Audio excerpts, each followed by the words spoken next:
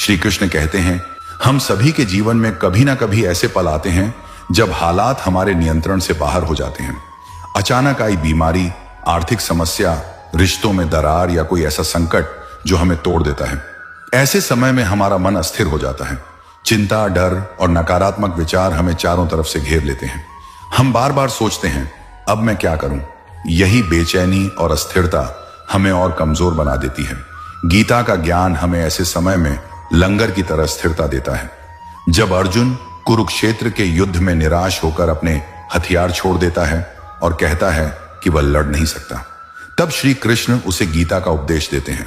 वे अर्जुन को यह समझाते हैं कि जीवन में सबसे बड़ा सहारा बाहरी परिस्थितियां नहीं, बल्कि हमारा आंतरिक दृष्टिकोण है। अगर मन स्थिर है तो सबसे कठिन हालात में भी हम सही रास्ता चुन सकते हैं। तूफान में नाव के लिए लंगर का काम बहुत महत्वपूर्ण होता है।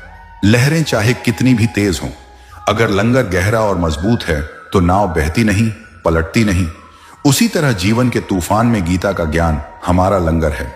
यह हमें याद दिलाता है कि हर स्थिति अस्थायी है। हमारा कर्तव्य ही हमारा धर्म है। परिणाम की चिंता नहीं करनी चाहिए।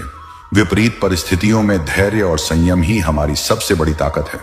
अगर कठिन समय में हम इस ज्ञान को पकड़ कर रखते हैं तो हम बाहरी हलचल से बच जाते हैं, लेकिन अगर हम इसे छोड़ दें तो हमारा मन लहरों में इधर उधर भटकता है और हम गलत फैसले लेने लगते हैं। सोचिए, जब कोई तूफान आता है तो नाविक पहले लंगर डालता है ताकि नाव बहकर कहीं टकरा ना जाए। वैसे ही जब कठिनाई आए तो हमें सबसे पहले अपने विचारों में गीता का लंगर डालना चाहिए।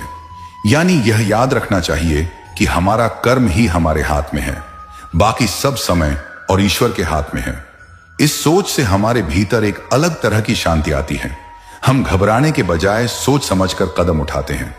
हम जानते हैं कि चाहे आज का दिन कितना भी कठिन हो, यह बीत जाएगा। और जब हम संकट से बाहर निकलते हैं तो पहले से ज्यादा मजबूत और अनुभवी बन जाते हैं। यही कारण है कि कठिन समय में गीता का ज्ञान न केवल हमें संभालता है, बल्कि हमें बढ़ने का मौका भी देता है। यह हमें सिखाता है कि तूफान में टिके रहना ही जीत है और स्थिर मन ही सबसे बड़ा हथियार है। श्री कृष्ण कहते हैं, लोभ केवल असंतोष को जन्म देता है। संतोष ही वह खजाना है जो हर व्यक्ति को सच्चा सुख देता है। जब हम जीवन में अधिक से अधिक पाने की लालसा रखते हैं तो यह एक अंतहीन दौड़ बन जाती है।